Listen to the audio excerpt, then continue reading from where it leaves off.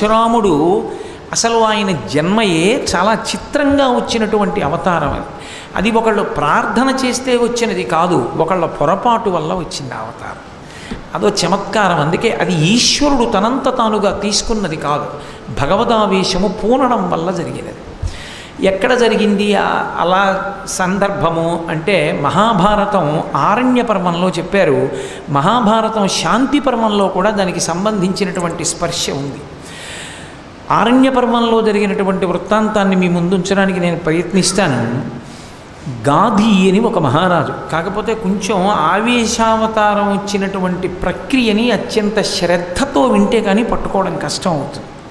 చాలా శ్రద్ధతో వింటేనే పట్టుకోగలుగుతారు. గాధి అని ఒక మహారాజు. ఆ గాధి అన్న మహారాజుకి ఒక కుమార్తె, ఒక్కతే కుమార్తె, ఆయనకి కొడుకులు లేరు. ఆమె పేరు సత్యవతి. ఆమె సుగుణాల రాశి.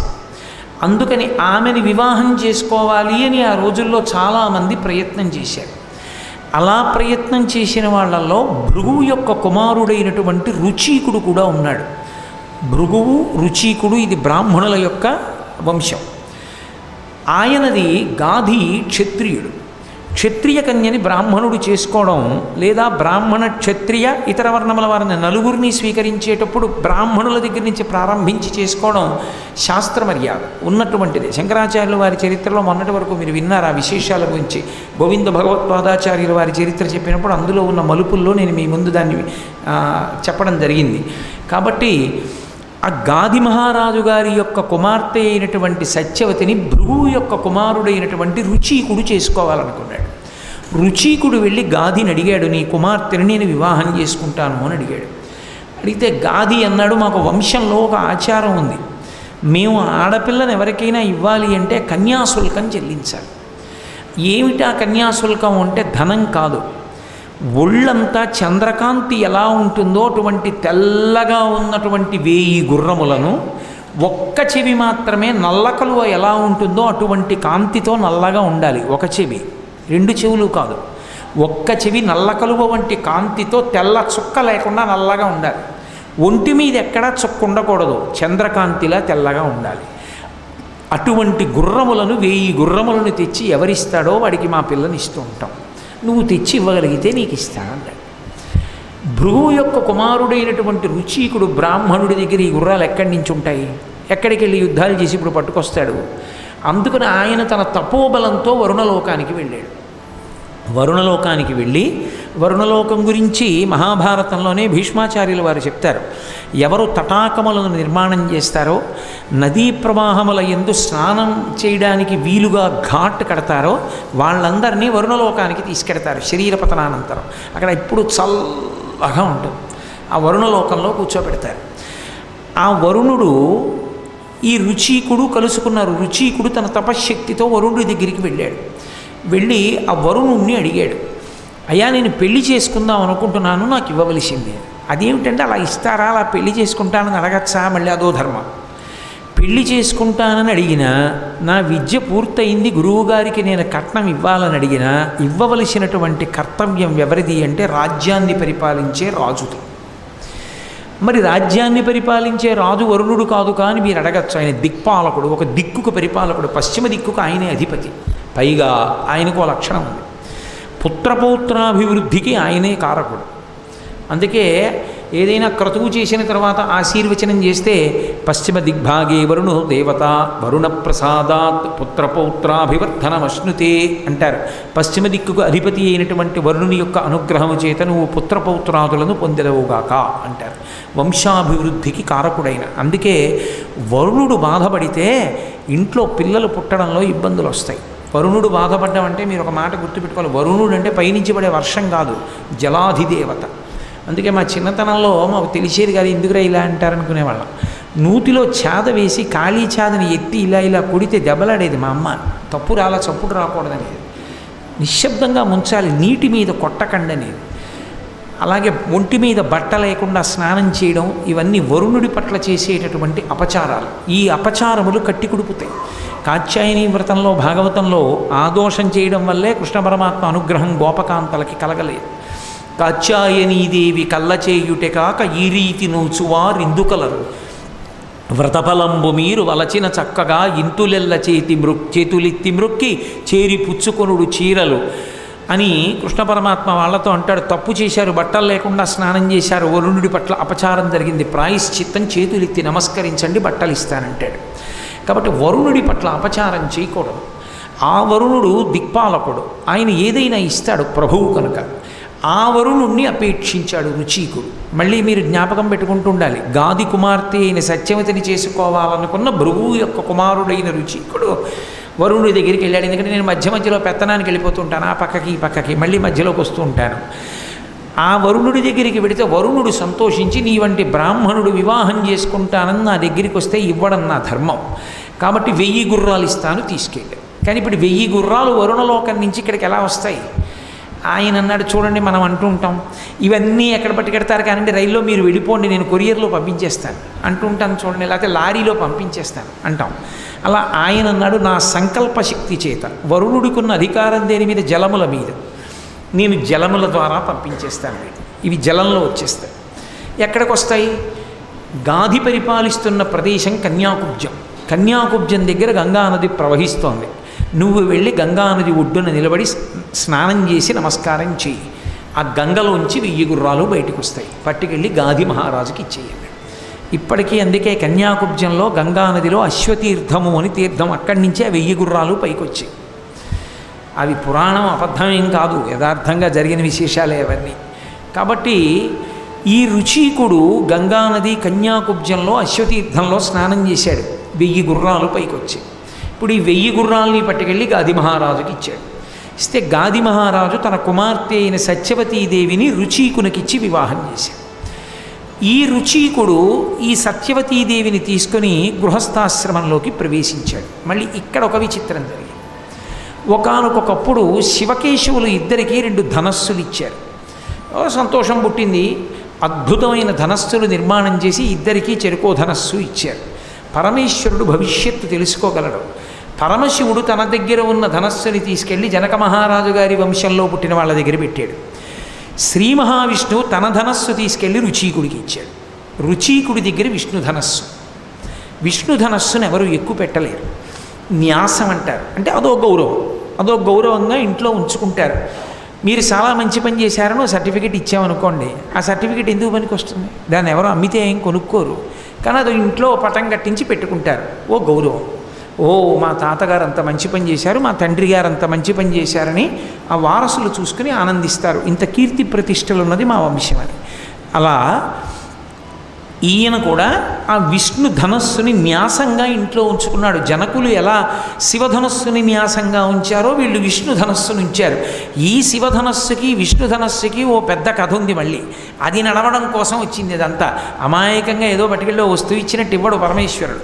అది ఎక్కడొచ్చిందో పరశురామ వృత్తాంతంలోనే మళ్ళీ మీకు చోట కలిపి చెప్తాను. కాబట్టి ఈ 2 ధనస్సుల్ని 2 ధనస్సులు చెరొకరి దగ్గర ఉన్నాయి. రుచీకుడి దగ్గర విష్ణు ధనస్సు ఉంది, జనకుల దగ్గర శివధనస్సు ఉంది. ఈ రుచీకుడు సత్యవతీదేవితో సంతోషంగా గృహస్థాశ్రమంలో ఉన్నాడు. అలా ఉన్న కాలంలో ఒక రోజున భృగువు కొడుకు ఇంటికి వచ్చాడు. రుచీకుడు భృగువు కొడుకు కదూ. వస్తే కోడలు చాలా సంతోషంగా పరిచర్య చేసింది మామగారికి. మామగారంటే కోడలకి పెద్ద ఆస్తిట. అసలు పెళ్ళిలో ఒక మాట అడుగుతాడు భర్త. ఏమడుగుతాడంటే, నువ్వు నా ఎదురుగుండా గుండెలు బాదుకుని ఏడవవలసిన రోజు నేను చూడకుందునుగాక అని అడుగుతాడు. అసలు ఆమె గుండెలు బాదుకుని ఏడవడం నేను చూడకూడదు, దేవతలారా అనుగ్రహించండి అని అడుగుతాడు. తలంబ్రాలు పోసేటప్పుడు, అగ్నికార్యం చేసేటప్పుడు అడుగుతాడు. ఎందుకంటే ఇంటి ఇల్లాలు గుండెలు బాదుకుని ఏడిచింది అంటే నేను ఇంత పవిత్ర వేదిక మించి చెప్పక్కర్లేదు, అది ఏ సందర్భం, నువ్వు అలా ఏడవకూడదు అని చెప్తాడు. అయినా ఒక్క సందర్భంలో మాత్రం ఇంటి ఇల్లాలు అలా ఏడుస్తుంది అన్నాడు. ఎప్పుడు ఏడుస్తుంది అని అడిగారు. మామగారు వెళ్ళిపోతే. ఎందుకని అన్నారు.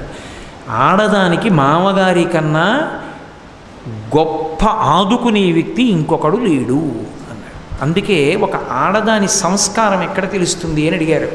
పరిచయం లేనప్పుడు అమ్మా ఎవరు మీరు అంటే, నేను ఫలానా వారి కోడళ్ళండి అని చెప్పిన కోడలు ఎవరో ఆమె ఉత్తమురాలు. ఆ వంశం తరిస్తుంది అటువంటి కోడలి చేత. అందుకే సుందరకాండలో సీతమ్మని ఎవరమ్మా నువ్వు అని స్వామి హనుమ అడిగితే నేను సీతమ్మని అని కానీ రాముడి భార్యని కానీ జనకుడి కూతురుని కానీ ముందు చెప్పదు. స్నుషా దశరథస్యాహం శత్రుసైన్య ప్రతాపిన అంటుంది. నేను దశరథుడి కోడల్ని అంటుంది. ఒక ఆడది ఏం చెప్పాలంటే మామగారి పేరు చెప్పాలి, మామగారి పేరు చెప్పి వారి కోడల్ని అని చెప్పాలి. కాబట్టి కోడలు మామగారి పట్ల అంత గౌరవంతో ఉంటుంది. ఆ మామగారు వెళ్ళిపోతే తనకి గొప్ప రక్షకుడు జారిపోయాడని ఏడుస్తుంది.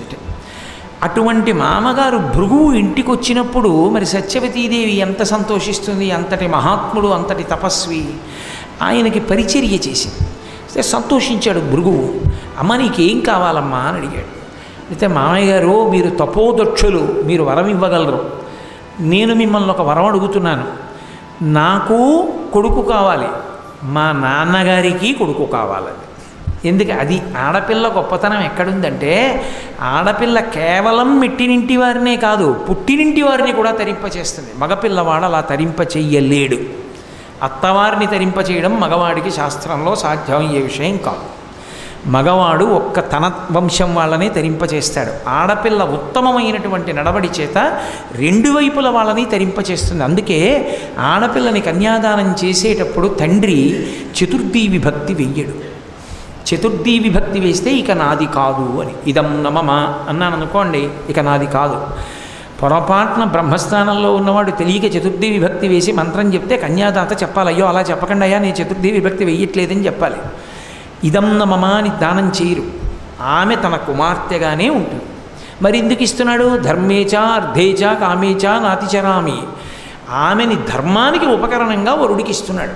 అందుకుని ఇంటి పేరు మార్చుకుని వెడుతోంది. అందుకే ఆడపిల్లని ఎప్పుడైనా మళ్ళీ తిరిగి ఇంటికి కొన్నాళ్ళు తెచ్చుకోవడానికి తండ్రికి అధికారం ఉంది.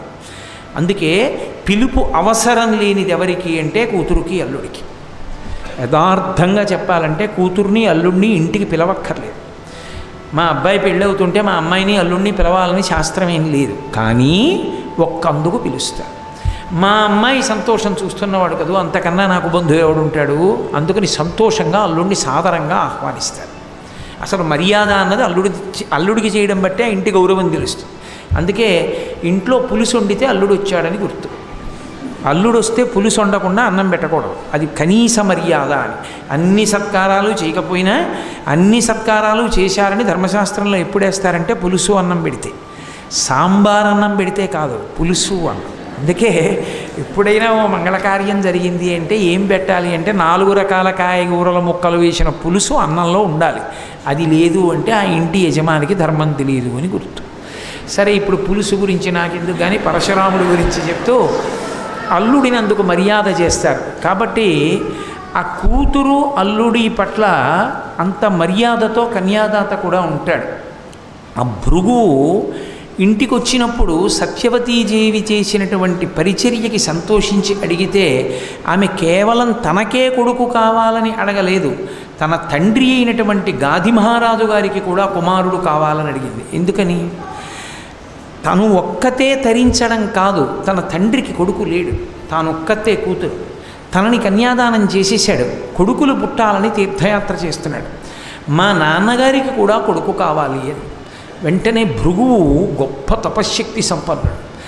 ఆయన 2 చెరువులు ఏర్పాటు చేశాడు. చెరువులంటే ఏదో నీళ్లు తవ్విన చెరువులు అనుకోకండి, హవిష్యపాత్ర అంటారు. హవిష్యపాత్ర అంటే హోమం చేసేటప్పుడు వండినటువంటి హవిష్యాన్నం.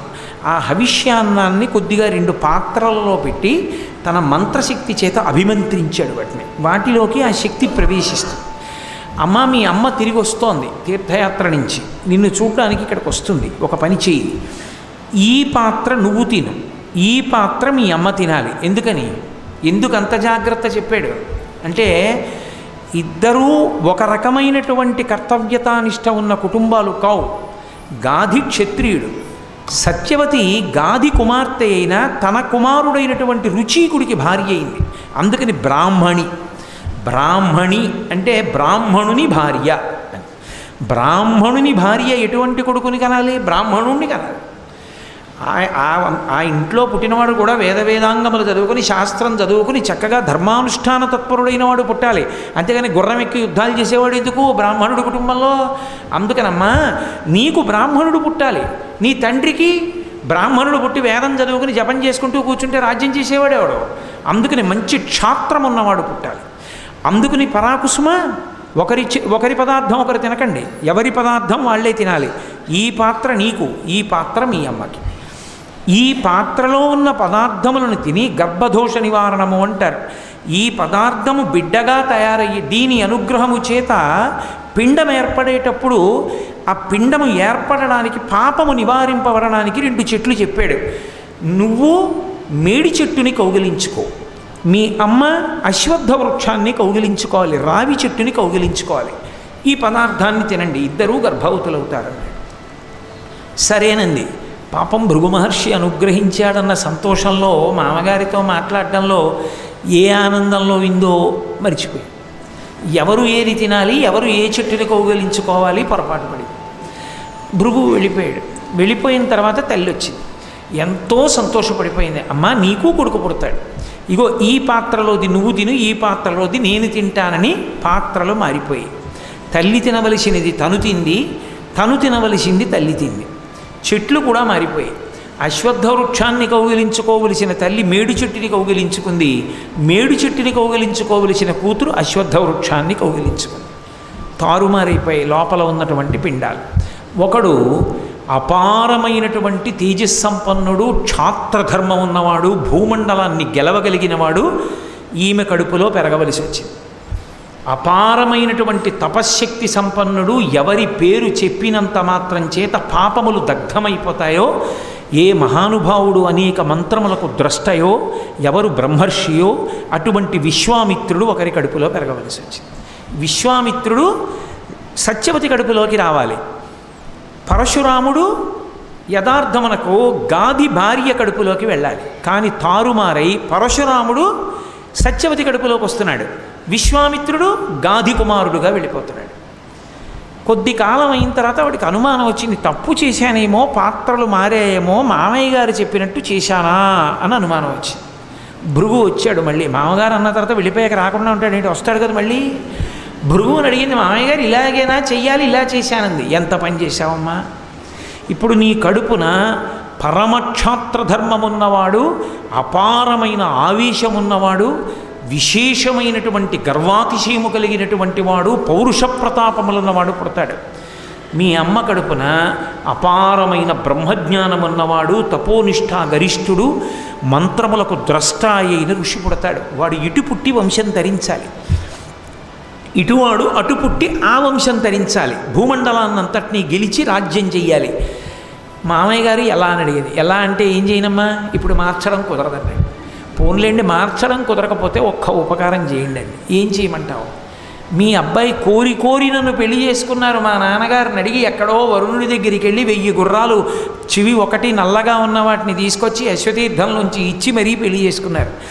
ఆయనకి తీసుకెళ్ళి పాపం నేను చూస్తూ ఇంత క్షాత్రధర్మం ఉన్న కొడుకునిస్తే, అయ్యో బ్రహ్మజ్ఞాని కొడుకుగా పుట్టకపోయాడే, ఇది చేసిన పొరపాటు వల్లని బాధపడతారు. అందుకని వాణ్ణి మనవణ్ణి చేసి నాకు బ్రహ్మజ్ఞానం ఉన్న వేరొకడు కొడుకుగా పుట్టేట్టు అనుగ్రహించండి. ఆలోచించాడు భృగువు. ఆ వంశంలోనేగా రావడానికి అంగీకరిస్తోంది కాబట్టి కొడుకుగా కాదు మనవడిగా వస్తాడులే, కొడుకుగా మళ్ళీ నీకు కూడా ఒక బ్రహ్మజ్ఞాని వస్తాడు. మీ అమ్మ కడుపున పుట్టేవాడిని మార్చడం కుదరదు, వాడు మాత్రం అలాగే వస్తాడన్నాడు. కాబట్టి ఇప్పుడు గాది మహారాజు గారికి పుట్టినటువంటి వాడు కౌశికుడు. కౌశికుడు అంటే మహానుభావుడు, విశ్వామిత్రుడు. ఇక్కడ సత్యవతీదేవి కడుపున పుట్టినటువంటి వాడు జమదగ్ని. జమదగ్ని వేదములన్నీ చదువుకున్నటువంటి వాడు, మహానుభావుడు, గొప్ప బ్రహ్మతేజస్సు కలిగినటువంటి వాడు. జమదగ్ని కొడుకుగా వచ్చాడు. ఆ జమదగ్నికి పరశురాముడు పుట్టాడు. అంటే ఒక తరం వరకు వాయిదా పడింది. అసలు పుట్టడంలోనే ఇంత కథ నడిచింది, ఇన్ని పొరపాట్లు జరిగాయి. అందుకని అవతారముగా ఈశ్వరుడే దిగాడని చెప్పరు, ఆవేశావతారంలోకి తీసుకెళ్తారు పరశురాముని. ఒక అవతారాన్ని అలా తీసుకెళ్లాలంటే వెనక ఏదో కథ ఉంది అని గుర్తు. నేను మీకు ఇప్పుడు ఈ ఒక్క విషయాన్ని చెప్పడానికి మహాభారతం, ఆరణ్య పర్వం, శాంతి పర్వం, భాగవతం, బ్రహ్మాండ పురాణం 4 కలిపి చెప్పాను. ఎందుకంటే ఏ అవతారం గురించి చెప్పడమైనా తేలిక, కానీ పరశురామ అవతారం గురించి అనేక గ్రంథాలు చూడవలసి ఉంటుంది. కాబట్టి అటువంటి పరశురాముడు తల్లి చేసినటువంటి పొరపాటు వల్ల ఒక తరం వరకు వాయిదా పడి సత్యవతీదేవికి మనవడుగా వచ్చాడు. సత్యవతీదేవి మహాపతివ్రత, ఆ ఒక్క దాంట్లో అది ఈశ్వర నిర్ణయం కాబట్టి అలా పొరపాటు జరిగింది తప్ప ఆమె ఎంతటి సాధ్వీమణి అంటే ఆమె తన భర్త అయిన రుచీకునితో కలిసి సశరీరంగా స్వర్గానికి వెళ్ళిపోయింది. అంత గొప్ప తల్లి సశరీరంగా స్వర్గానికి వెళ్ళి మళ్ళీ భూమండలానికి తిరిగి వచ్చి నేను అందరికీ పనికొచ్చేటటువంటి నదిగా ప్రవహిస్తానని కుశిక వంశంలో పుట్టింది కాబట్టి కౌశికి అని పేరు పెట్టుకొని హిమాలయాల మీద ప్రవహించింది. అందుకే విశ్వామిత్రుడు రామచంద్రమూర్తితో మాట్లాడుతూ బాలకాండలో ఓ మాట అంటాడు, తతోహం హిమవత్పార్శ్వే నివశ్యామి యథాసుఖం అంటాడు. నేను హిమాలయ పర్వతాల మీద పరమసుఖంతో ఉంటాను. ఎందుకుంటానో తెలుసా అంత సంతోషంగా? భగిన్యా స్నేహయుక్తాచ, నా చెల్లెలి మీద నాకంత ప్రేమ, మా అక్కగారి మీద నాకంత ప్రేమ. చెల్లెలు కాదు, అక్క సత్యవతి. ఆమె కౌశికీ రఘునందన, కౌశికి అన్న పేరుతో మా అక్క ఇప్పటికీ హిమవత్ పర్వతం మీద ప్రవహిస్తోంది. మా అక్క మీద ప్రేమతో నేను పుట్టడానికి కారణం మా అక్కే కదూ, మరి తన మామగారిని వరం అడిగింది కదూ, అందుకని మా అక్క నదిగా ప్రవహిస్తోంది కాబట్టి నేను అక్కడే ఉంటాను అని చెప్పుకున్నాడు విశ్వామిత్రుడు. కౌశికీ నదిగా ప్రవహించింది ఆ తల్లి. అటువంటి సత్యవతీదేవి కడుపున పుట్టినటువంటి వాడు జమదగ్ని మహర్షి. జమదగ్ని ఎంతటి తేజోవంతుడంటే రుచీకుని యొక్క వంశం, భృగువు యొక్క వంశం పావనమైంది జమదగ్ని పుట్టడం వల్ల. జమదగ్ని ఎంతటి ఉద్ధతి కలిగిన వాడంటే, ఎంత శాసకత్వం కలిగిన వాడు, ఎంత బ్రహ్మతేజస్సు కలిగినటువంటి వాడంటే ప్రసేనజిత్ అనబడేటటువంటి ఒక రాజు కుమార్తెని పెళ్ళాడాడు. ఆయన కూడా క్షత్రియ కన్యనే పెళ్లి చేసుకున్నాడు. ఆమె పేరు రేణుకాదేవి. ఆమెను వివాహం చేసుకున్నాడు జమదగ్ని. ఒకనాడు ఆమె గర్భిణిగా ఉన్నటువంటి రోజులలో ఆడుకుంటున్నారు. ఏమిటి ఆట అంటే జమదగ్ని బాణం వేసేవాడు. ఆయనకి ధనుర్విద్య చాలా విశేషంగా తెలుసు. వేదంలో ఉపవేదం ధనుర్వేదం. ఆయన ధనుర్వేదాన్ని అభ్యసించాడు. ఈయన బాణం వేయడం, అది కొంచెం దూరంగా పడ్డం, జమదగ్ని భార్య రేణుకాదేవి అలా వెళ్ళడం, ఆ బాణం పట్టుకొచ్చి మళ్ళీ భర్తకి ఇస్తూ ఉండడం, మళ్ళీ బాణం వేస్తూ ఉండడం, ఎక్కడో పడుతూ ఉండడం. ఈయన బాణాలు వేసి ఆడుకుంటున్నాడు భార్యతోటి. కొంతసేపు ఆగి చూశాడు, ఆమెకు ఒళ్ళంతా చెమటలు పట్టి తుడుచుకుంటోంది. అసలే గర్భిణి. మా ఆవిడ నేను కలిసి ఆడుకుంటూ ఉంటే ఇంత ఎండ కాస్తూ ఇంత అల్లరి చేస్తావా మా ఆవిడ్ని, నిన్ను శపిస్తానని కమండలంలో నీళ్లు పోసుకున్నాడు సూర్యుడు వంక తిరిగి. సూర్యుడు గబగబా పరిగెత్తుకొచ్చాడు. ఇదేం అన్యాయమయ్యా, లోకాన్ని రక్షించడానికి ఋతువు ప్రకారం ప్రకాశిస్తాను, మీ ఆవిడితో ఆడుకుంటున్నామని మానైనా ప్రకాశించడం? అందుకని నీకోసమని ప్రత్యేకంగా 2 పదార్థాలను సృష్టిలో లేని వాటిని సృష్టించి ఇస్తున్నాను. చెప్పులు గొడుగు ఇవో ఇస్తున్నాను. అప్పుడు వచ్చే చెప్పులు గొడుగు లోకంలో మొట్టమొదట చెప్పులు గొడుగు సృష్టించిన వాడు సూర్య భగవానుడు. ఇవి మీ ఆవిడ్ని వేసుకుని బాణాలు తెమ్మను, నువ్వు వేసుకుని ఆడుకో, మీకు ఎండ తగలదు, కాళ్ళు కాలం. అంతేకాని నన్ను ప్రకాశించద్దంటే ఎలా? అప్పటి నుంచి గురువుగారికి ఇచ్చేటటువంటి విశేష బహుమానాల్లో గొడుగు చెప్పులు ఒకటయ్యే. ఆయనకే కాదు, ఎవరిని నారాయణ స్వరూపంగా చూస్తామో వాళ్ళందరికీ వాటిని బహూకరిస్తారు. అందుకే బ్రహ్మచర్యం వదిలిపెట్టి గృహస్థాశ్రమంలోకి వస్తుంటే మామగారు కాళ్ళు గడగాలి కదా, మరి నారాయణ స్వరూపంగా గొడుగు చెప్పులు ఇచ్చి తీసుకొస్తారు. స్నాతకమని ఆయన ఏదో కాశీ వెళ్ళిపోతున్నాడు, అదో పెద్ద నాటకం. ఆయన ఏం కాశీ వెళ్ళిపోడు, పెళ్ళికే వస్తాడు. ఇంకా వీలైతే ఓ పూట భోజనాలు ఎగ్గొట్టడానికి మీ ఇంట్లోనే స్నాతకం చేసుకుంటామని వచ్చినటువంటి ఒక దీనుడు, వాడు కాశీ వెళ్ళిపోయిన పెళ్లి కొడుకు ఏమిటి? కాబట్టి గొడుగు చెప్పులు ఇవ్వడం అనేటటువంటి సంప్రదాయం అక్కడ వచ్చింది. సరే, ఆ జమదగ్ని మహర్షి రేణుకాదేవికి 5 కుమారులు జన్మించారు. అందులో పెద్దవాడికి రుమణ్వంతుడు అని పేరు, 2వ వాడు సుషేనుడు, 3వ వాడు వసువు, 4వ వాడు విశ్వావసు, 5వ వాడు పరశురాముడు. ఆయనకి 5వ వానికి పేరు పరశురాముడు కాదు, తండ్రి పెట్టుకున్న పేరు రాముడు. రాముడు అని పేరు పెడితే ఒకప్పుడు పెద్ద గొడవ వచ్చింది. రామ అంటే ఇద్దరిలో ఎవరో ఒకడే రాముడు ఉండాలి, నువ్వు రాముడు నేను రాముడా అన్నాడు రాముడి దగ్గరికి వెళ్ళి. ఆయన పెట్టింది రామ, ఆయన పరశురామ ఎందుకయ్యాడంటే ఆయన పరమశివుడి గురించి ఘోరమైన తపస్సు చేశాడు. చేస్తే పరమశివుడు వ్యాధుడి రూపంలో వచ్చాడు. నేను అందుకే ఇవాళ పద్యాలు తగ్గించే, లేకపోతే ఎప్పటికవుతుంది, ఎప్పటికి పూర్తి చేస్తాను ఈ కథ అంతాను, ఈ అవతారం గురించి చెప్పడం ఎక్కడవుతుందని. ఇప్పుడు నేను చెప్పేటటువంటిది బ్రహ్మాండ పురాణంలోంచి చెప్తున్నాను. వ్యాధుడి రూపంలో వచ్చాడు హిమవత్ హిమవత్పర్వతం మీద తపస్సు చేస్తుంటే భార్గవరాముడు అంటారు. ఎందుకంటే భృగువంశంలో పుట్టినవాడు కాబట్టి గుర్తుపట్టడానికి భార్గవరాముడు అంటారు. ఈ భార్గవరాముడు హిమవత్పర్వతం మీద కూర్చుని పరమశివుడి గురించి తపస్సు చేశాడు. తపస్సు చేస్తే పరమశివుడు ఈయన్ని పరీక్ష చేద్దామని వ్యాధుడి రూపంలో వచ్చాడు. వ్యాధుడు అంటే వేటాడి మాంసం తినేవాడు అని. వచ్చి పెద్ద గద్దించాడు, ఎవరు నువ్వు ఇక్కడ ఎందుకు కూర్చున్నావని. ఇద్దరి మధ్య చాలా వాదులాట జరిగింది. ఎందుకు అరుస్తావు, కావాలంటే నువ్వు కూర్చుని జపం చేసుకో అన్నాడు.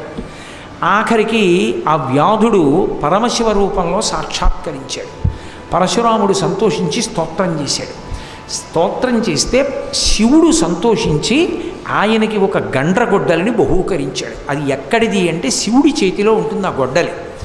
ధవళవపుషమిందోర్ మండలే సన్నివిష్టం భుజగవలయహారం భస్మదిగ్ధాంగమీశం మృగయ పరశు పాణిం చారు చంద్రార్ధమౌళిం హృదయ కమల మధ్యే సంతతం చింతయామి అని.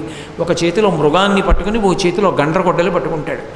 ఆ గండ్రగొడ్డలిని ఆయనకి ఇచ్చాడు. ఇచ్చి ఇక ఇక్కడి నుండి నువ్వు ఎక్కడైనా ఎవరైనా బాధపడుతూ ఉంటే వాళ్ళని రక్షించడానికి పరశువుని వాడమన్నాడు.